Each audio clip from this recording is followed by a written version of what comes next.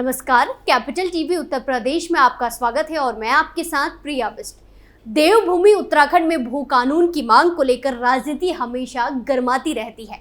9 नवंबर 2000 को अलग राज्य के अस्तित्व में आने के साथ ही भूमि की खरीद फरोख्त पर अंकुश लगाने की मांग उठने लगी। राज्य सरकारों ने समय समय पर भूमि खरीद के संबंध में विभिन्न पाबंदियां और कानून लागू किए और पहली पहल उत्तराखंड के तत्कालीन मुख्यमंत्री नारायण दत्त तिवारी ने की, जिसके बाद बाकी सरकारों ने इसमें संशोधन और सख्ती की। चलिए आज इसी पर विस्तार से चर्चा करते हैं।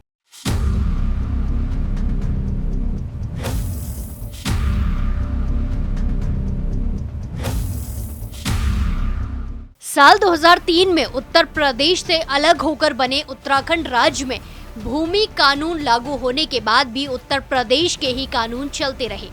एनडी तिवारी की सरकार ने 1950 के उत्तर प्रदेश जमींदारी अनुमूलन और भूमि व्यवस्था सुधार अधिनियम की धारा 154 में संशोधन कर बाहरी व्यक्तियों के लिए भूमि खरीद पर पाबंदी लगाई।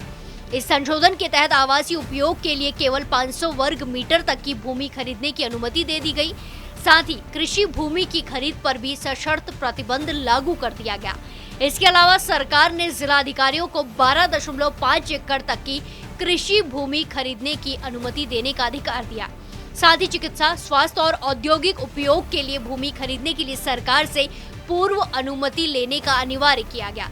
सरकार ने यह भी शर्त लगाई कि जिस परियोजना के लिए भूमि ली गई है उसे 2 साल के अंदर पूरा करना होगा। हालांकि समय पर परियोजना पूरी न होने पर उचित कारण बताने पर समय सीमा में विस्तार भी दिया जा सकता है। एनडी तिवारी सरकार के औद्योगिक पैकेज के चलते उत्तराखंड में तेजी से जमीनों की खरीद फरोख्त हुई और नए उद्योग स्थापित किए गए। हालांकि धीरे धीरे इन जमीनों का उपयोग औद्योगिक उद्देश्यों के बजाय आवासीय उपयोग के लिए होने लगा, जिससे अनियोजित विकास की स्थिति उत्पन्न हो गई।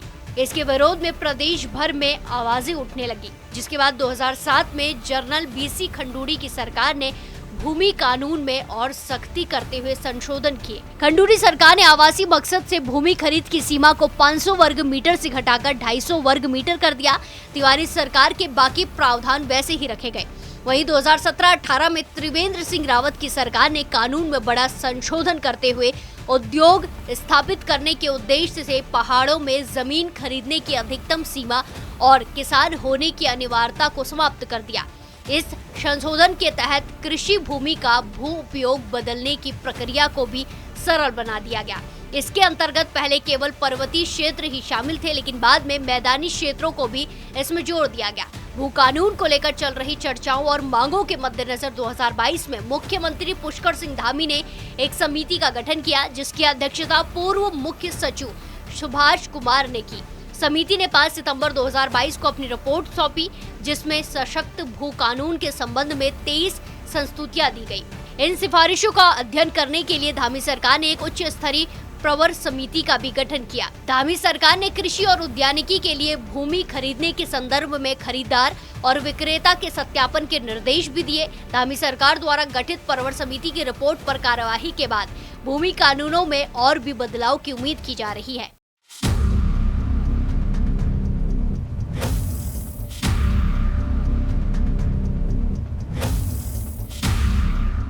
तो यूनिफॉर्म सिविल कोड यानी कि यूसीसी लागू करने के बाद धामी सरकार प्रदेश में सख्त भू कानून को लागू करने की तैयारी में है।